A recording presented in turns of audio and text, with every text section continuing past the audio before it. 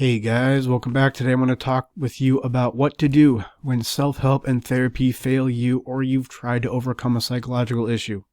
Addiction, procrastination, anxiety, depression, but you haven't. It's not your fault. Well, it may be your fault, but it's also because there's huge errors in both self-help and therapy, so when they do work, it's because of circumstance or accident. Plus, I like to check in every so often, every year or so, to let you know what I do here, the kind of therapy that I offer, because it is different. You can't Google it, not yet at least.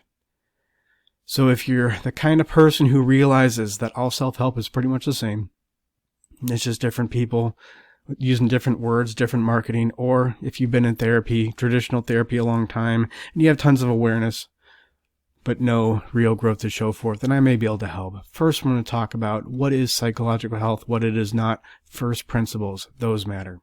Then I'm going to talk self-help and cognitive behavioral therapy, how it's precise, which is good, but it's also shallow.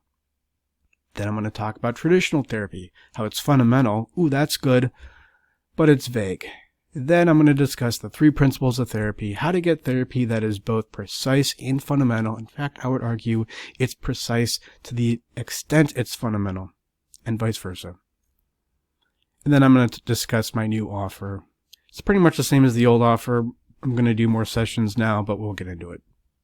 So the last one of these videos I did, my thesis was therapy isn't something you receive from a qualified therapist. It's what you're able to give yourself once you understand what therapy is, which is of course true. But I think the path to get here is going to be a little bit different. I'm going to restate this thesis in this way for this video.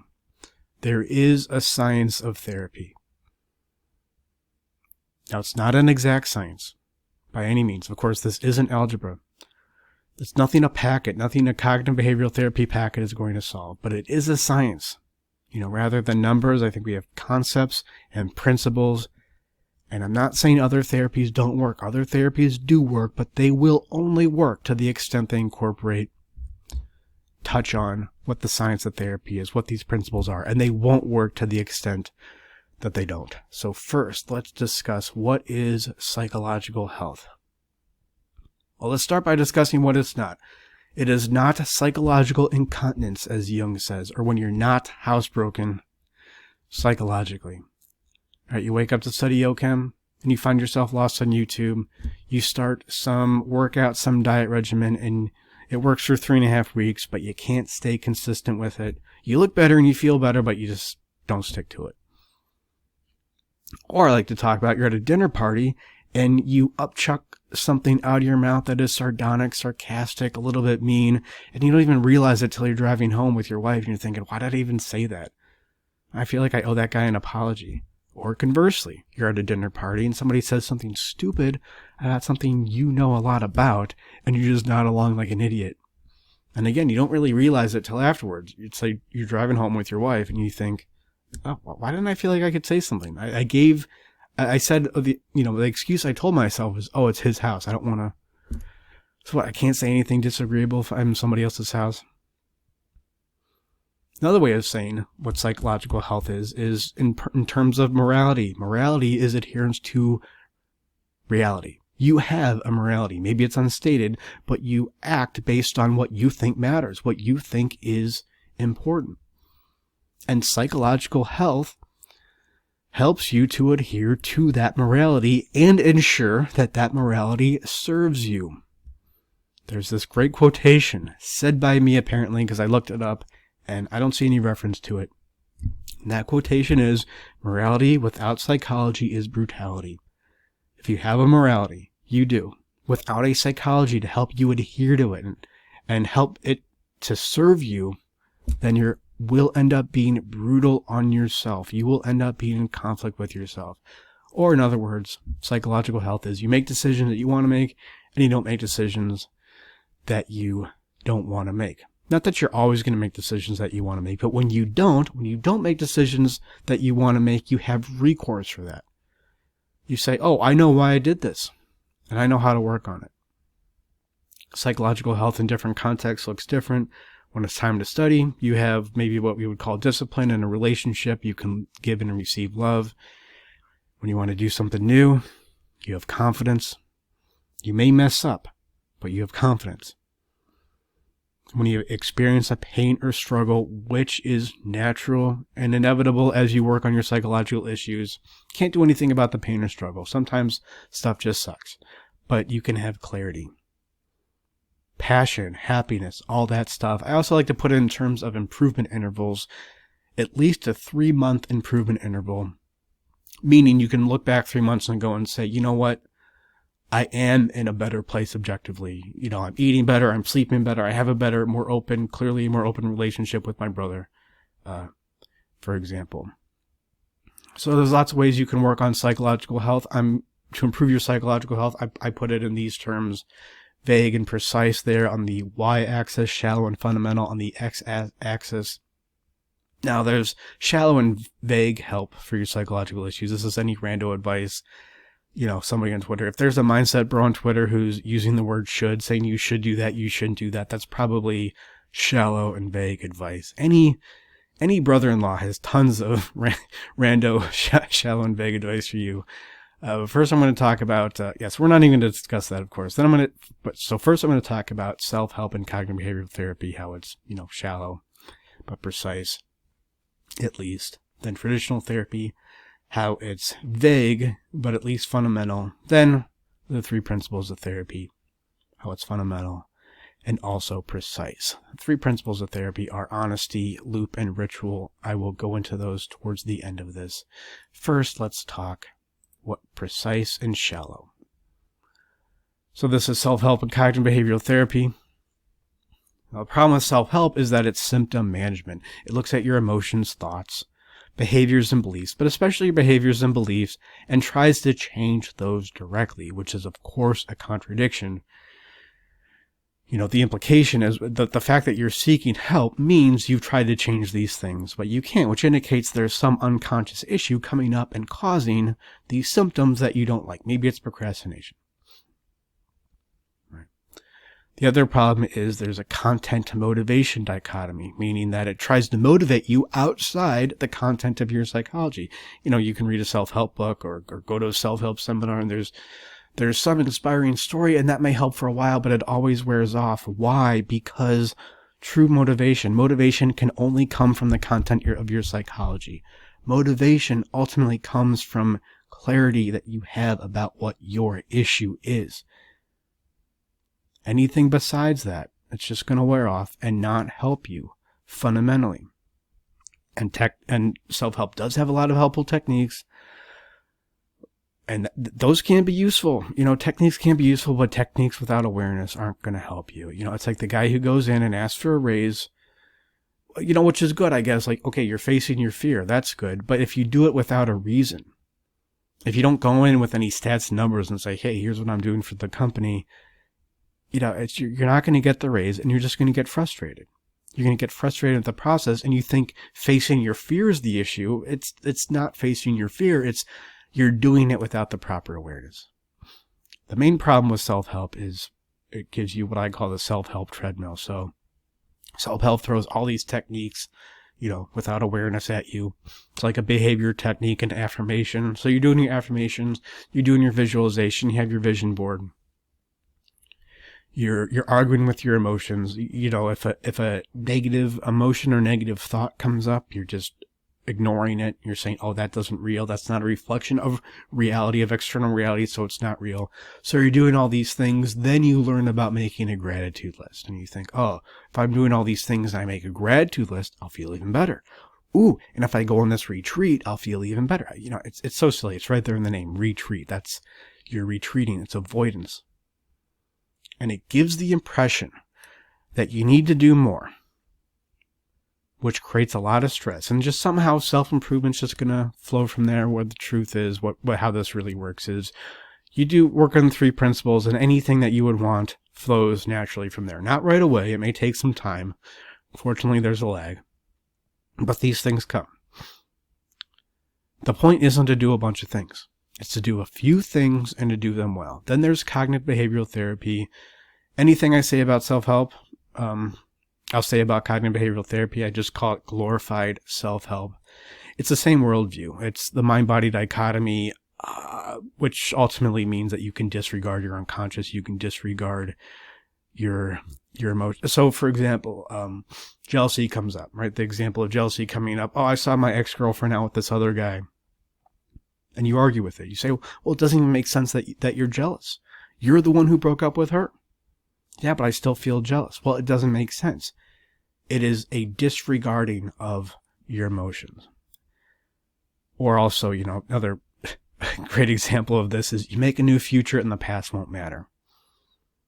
Now, the past matters because it still affects you today. The past put an issue in you, and now you're carrying out that issue today, and cognitive behavioral therapy has little recourse for that because, as I say there next, there's zero nuance of emotions. They don't make sense of emotions. I mean, even back, this is 2014, I checked. I had a professor who was very much into cognitive behavioral therapy, and she was talking about the study where, people were feeling sad and they put a pen in their mouth like this and they, which makes them smile and, oh, I feel better now because I smile. And of course that study was not replicated in any way, but that was the silliness of the advice of how these people view emotions. Now, that's just an indication is what I'm saying. Now, cognitive behavioral therapy does recommend exposure therapy, which is good, and they do have multiple steps for exposure therapy, for exposing you gradually to this feared stimulus, and that can be good, but the problem there, same thing with self-help, if it's exposure, if it's facing a fear without awareness, it may not in fact help you and cause more frustration. For example, let's say you're afraid of spiders. Now, you can go to a cognitive behavioral therapist and they'll give you all these steps for, facing your fear of spiders. And that will help you overcome your fear of spiders, but I would argue you probably weren't even afraid of spiders in the first place. A spider is a manifestation. It's a displacement of your anxiety onto something that you are more likely to accept to be afraid of. Typically, in my experience, if you're afraid of spiders, you're afraid of relationships, you're afraid of intimacy, it gets displaced onto spiders. So yeah, you can overcome your fear of spiders, but there's still that core issue there that's going to affect you way more. Your fear of relationships can affect you way more than your fear of spiders. Same thing, popular example, fear of elevators. People get afraid of elevators. So you go to a cognitive behavioral therapist and they'll do like a step-by-step exposure therapy to the elevator. And you can overcome your fear of elevators and you live a somewhat more functional life now, but you were never really afraid of the elevators. Being in an elevator reminds you of how you feel stuck in your life. So if you don't understand why you were stuck in the first place, and work on those issues that made you feel stuck, that led you to this place, those unconscious issues that led you to the place of being stuck, and of course they're unconscious, otherwise you would simply change them. Unless you work on those issues, they're going to affect you way more, and you're still just going to be afraid of the elevator. So cognitive behavioral therapy, this is one of the main ideas behind it. There's a cognitive behavioral therapy triangle. Let me decode this for you. So what causes your thoughts, your behaviors, and your feelings? What causes your behaviors, your thoughts, and your feelings? What causes your feelings, your thoughts, and behaviors? And what's the problem with this, of course, is it's circular. It just goes around in a circle or a triangle. But it's amazing to me that they would create this and not think of, oh, this is just circular reasoning. The problem is there's no fundamentals. What is fundamental? And really what the cognitive behavioral therapy triangle does is it just takes these techniques here, it just gives them a way to organize them. It just does this with them. When really how this works is you work on the 3 principles that matter, and then your thoughts, behaviors, and feelings are inevitably affected. You need to work on something outside of this, or really how this works is you take a nuance, you take feelings there, and you get more nuance with them, because every decision is emotional. You're not going to make unemotional decisions. It's not going to happen. The question isn't whether your decisions are emotional. It's how aware are you of the emotions behind the decision. And CBT leads to stuff like this. My therapist has me reading a self-help book during our sessions. This was on the internet last week. People are saying, oh, this is probably fake. yeah, it might be fake, but also I went to grad school with people who would think that, well, why not? Why not just read a self-help book during a session? I mean, let's go back to the CBT triangle. I mean, it's going to help you have good thoughts. You're reading the thoughts in the book, and those are good thoughts, and that's going to give you a good feeling. And, well, according to this, it's going to lead to better behavior, right? It's going to lead to healthier behavior. So why not do that? So, yeah, maybe this is a joke, but also, this stuff happens, and then therapists have the gall to blame you for the mental health crisis and say, oh, you don't go to therapy because of the stigma. No, people don't go to therapy because they get crap like this. Because it's an unprincipled field. It's not even close to a science right now. Well, we're going to fix that. And also you get stuff like this from cognitive behavioral therapy and the self-help and that mindset, like choose happiness, how you have to choose happiness today. Telling somebody to choose happiness when they're sad is like if telling somebody who has a broken leg to choose walking. Right? I mean, of course, life comes down to choices. Life comes down to the decisions that you make. But what matters is at what resolution are you making those decisions? With what perspective? No bad vibes, same thing. What's wrong with bad vibes? It's only bad for you because you don't have a way of understanding and relating and decoding. And then this is the worst one, I think, is if somebody isn't serving you, you remove them from your life. It's called dead weight. Remove it. Yes, you just remove people. You remove people from your life. And then you wonder why you wonder why you're in an existential crisis, because in fact your identity is created from data points that you make while connecting with other people. So in the therapy that I offer, I want to get to your fundamental issue and what it is. Don't take my word for it. Of course, these are, change the names, not their real names, and, maybe some of the details, who knows. But what does this guy say? Former client. The sessions with Mark cut directly to the heart of your issue. I'm there for clarity, not hand-holding. I'll hold your hand too a little bit, but ultimately we're going to clarity. Same thing here, right? A few sessions with Mark, primary emotional loop we figured out that he unconsciously goes through that gives rise to his symptoms. I do care about your symptoms to some degree. Focusing on those will help figure out what to do, but really it's about how do you get to that symptom in the first place. Same thing. Guy went to a bunch of life coaches. None of it worked. I got to understand basic principles, emotions, how they work, and how they really affect your behavior. As it's said idiomatically, what makes you tick? What really makes you tick? And you got to be really clear about that and explain it in 10 different ways at the drop of a hat, as I say. Mark's sharp perception quickly landed on fundamental emotional issues that have been decreasing his peace of mind. Same thing here, tackling the cause rather than trying to manage the symptoms, which what he's been doing up until then. Same thing here, right? Work on, through sessions, I'm able to realize the source, right? We're not going to work on the self-doubt and the procrastination. That will take care of itself. But let's get to the source of it. Get stupidly clear about that.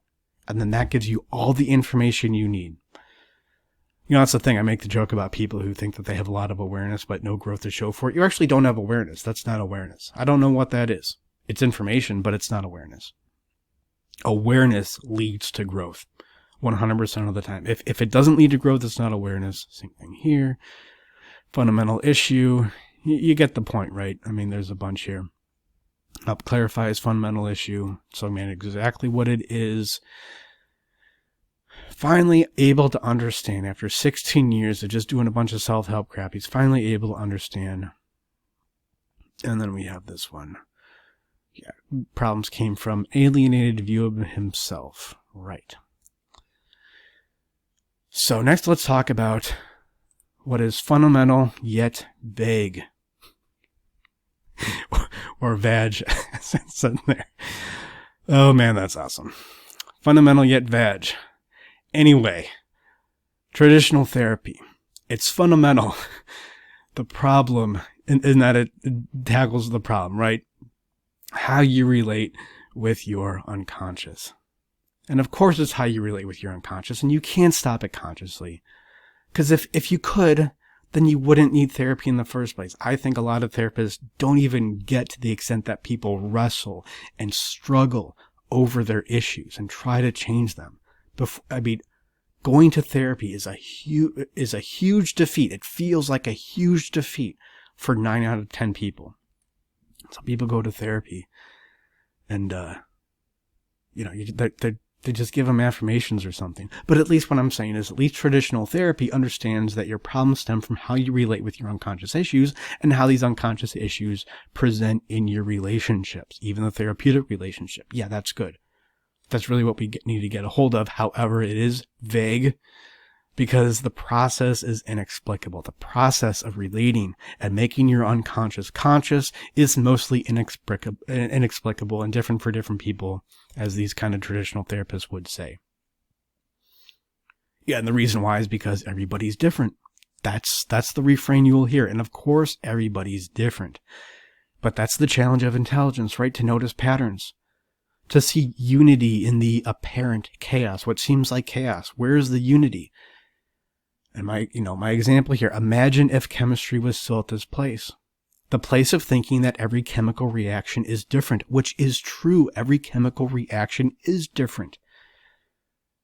And back when we thought every chemical reaction was different, chemistry wasn't a science. It took Mendeleev to come along with the periodic table and say, no, there's actually principles behind the reactions going on here. Then chemistry turns into a science. I want to do something similar. Now, with therapy, we're not going to get something as definitive, like, different numbers of protons and neutrons and electrons like we do with the periodic table, but it's going to be a lot more quote unquote scientific than, everybody's different.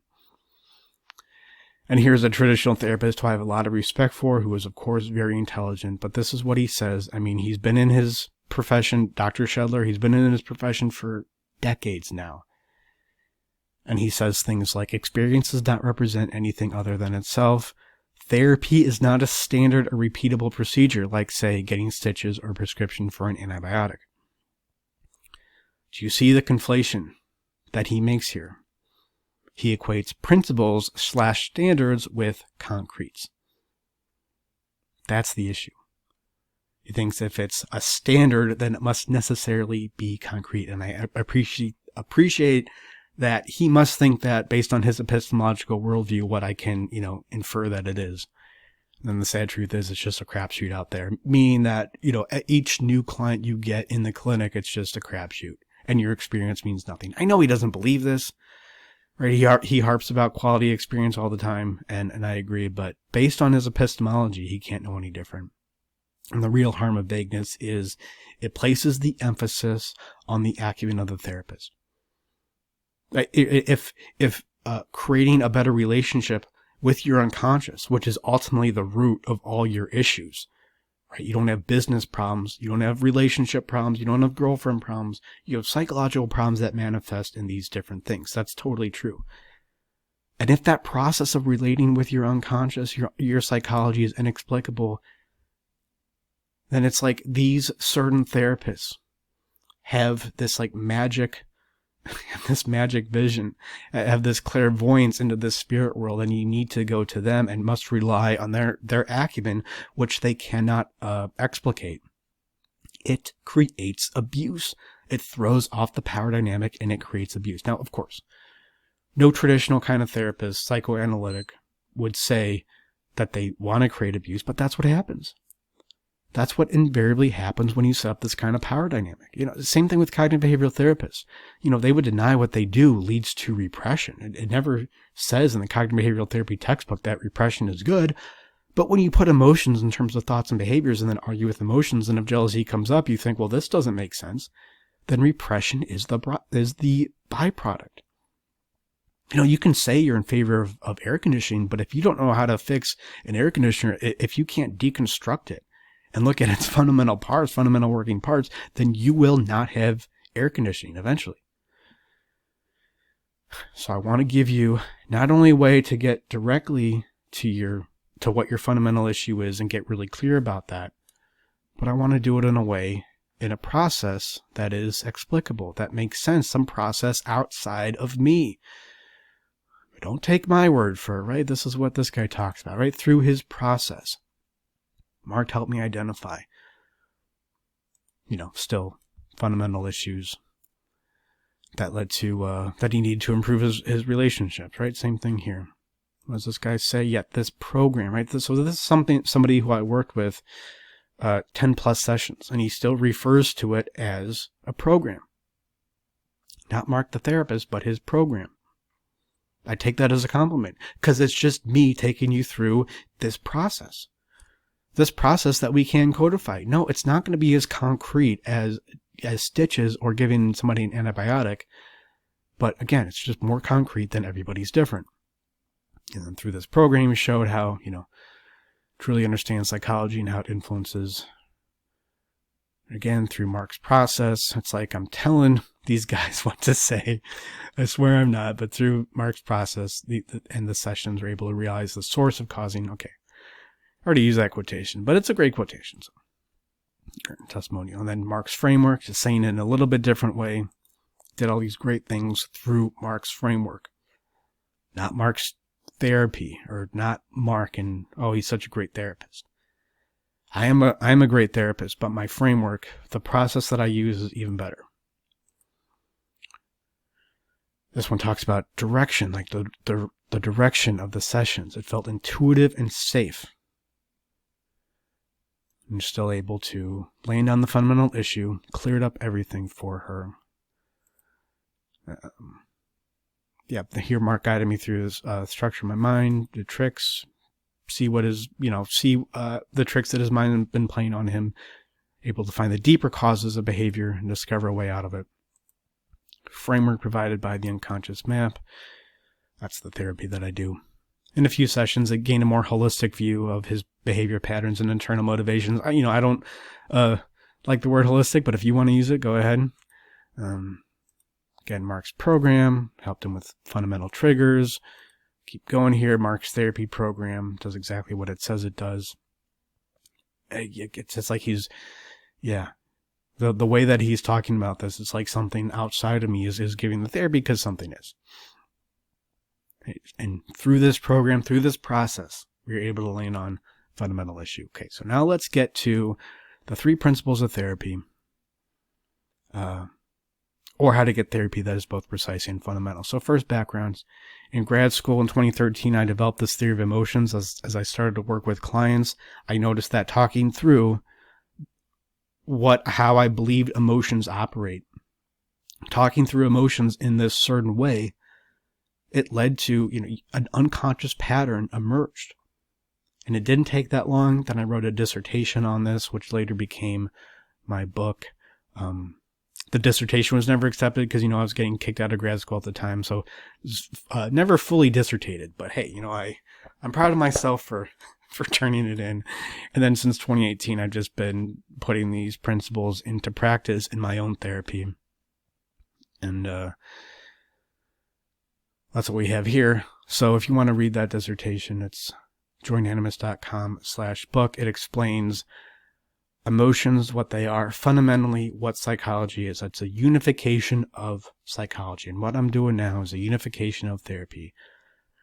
We have 2 emotions, anxiety and anger. No, we have way more than 2 feeling states, but like we have 3 primary colors, and whatever hexadecimal amount of colors, we have 2 emotions, and how they mix and match create, seemingly infinite array of feeling states. But we got to know fundamentally what emotions are. Excuse me. This is anxiety, this is anger. They're just chiral images of each other, and you apply these in therapy. I go into all the derivation of this in my book if you want to get that.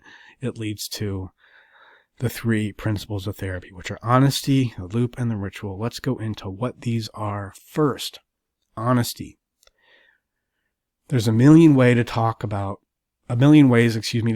your life, your feelings, your experiences, but only one correct, honest way to do it. First, you need to talk about the facts, then your feeling about the facts, then what that feeling means to you, Then how that feeling, not the facts, not the situation, but just the feeling is your responsibility. Stop trying to take ownership for your life. You're not going to take ownership for your life if you can't own your emotions. If you're arguing with your jealousy, I don't care how many Jocko Willink videos you watch, you will not be able to take ownership, responsibility for your life. Then what am I able to do as an option?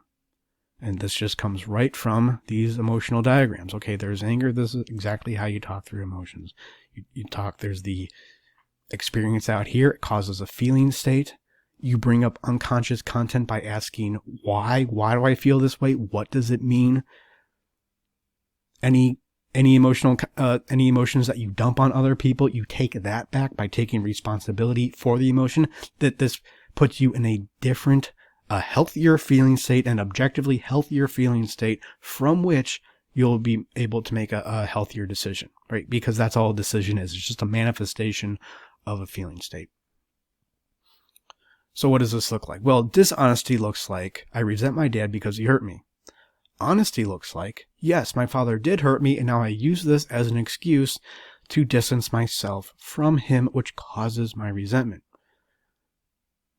You talk through emotions in this way, patterns begin to emerge. Believe me, dishonesty is my boss, makes me anxious. Honesty is my boss, triggers my anxiety, which I use to feel like a victim, so I can hide parts of myself I feel are unworthy.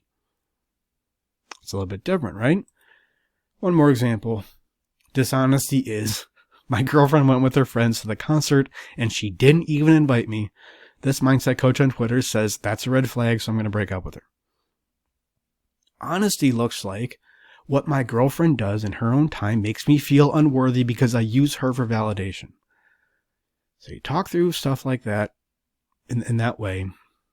You talk through your stuff in that way, and you will arrive at a loop. So as you talk through emotions, you use similar words, you repeat clauses, patterns start to emerge. When I work with people, I see them as, like this spinning, chaotic, hectic cloud of dust. I need to kind of slow down their spin, kind of line up my dust particles with their particles, get fundamental, understand exactly what's going on, then we can start to spin again in a healthier way. What you achieve here is simplicity. This is what your loop looks like. I don't know you, but I know this is what your loop looks like. There is some called individuation. I use individuation because, I like Jung. I could, describe that in a bunch of different ways that may freak you out. So we're just going to say individuation for now. Then you repress that. That repression leads to isolation. Even if you're surrounded by people, you can still be isolated. And then this gives rise to your symptom, then your belief. And this is what, mindset coaches will do, though. They'll just work with you on your belief or your symptom, or really just your belief. Well, let's change your belief, right? Now, the belief is the result. You got to look at what you're doing unconsciously. And these first 3 steps are unconscious. This gives rise to your conscious symptoms, right? So you come with me and say, Mark, I have this procrastination issue. I say, yes, you do have that issue. Let's figure out how you got there. Believe me, when you talk through emotions in a healthy way, it'll jump out at you. We got to get really, really clear about what this is. This is all vague here. We got to get really clear for you. What does this look like for you? And specific. And this, when you get specific about this, it tells you everything that you need to know to overcome, to work through your issue. And then once you understand what your loop is, then we go to the ritual, which is how you use clarity from the loop. It connects the head and the heart, aligns reason with emotion. I like to say it solves the catch-22 of growth. So, what's the catch-22 of growth? So the confidence you need to do what you're afraid to do is on the other side of doing that fear, right? The ritual takes care of that. Isn't a ritual just like a routine? Yeah, sort of, but it's like, one of those things close but way off. A routine is more like creating a budget. I'm only going to spend this much money on these things this week or this month. A routine, that puts a lot of pressure on you and the success rate is low.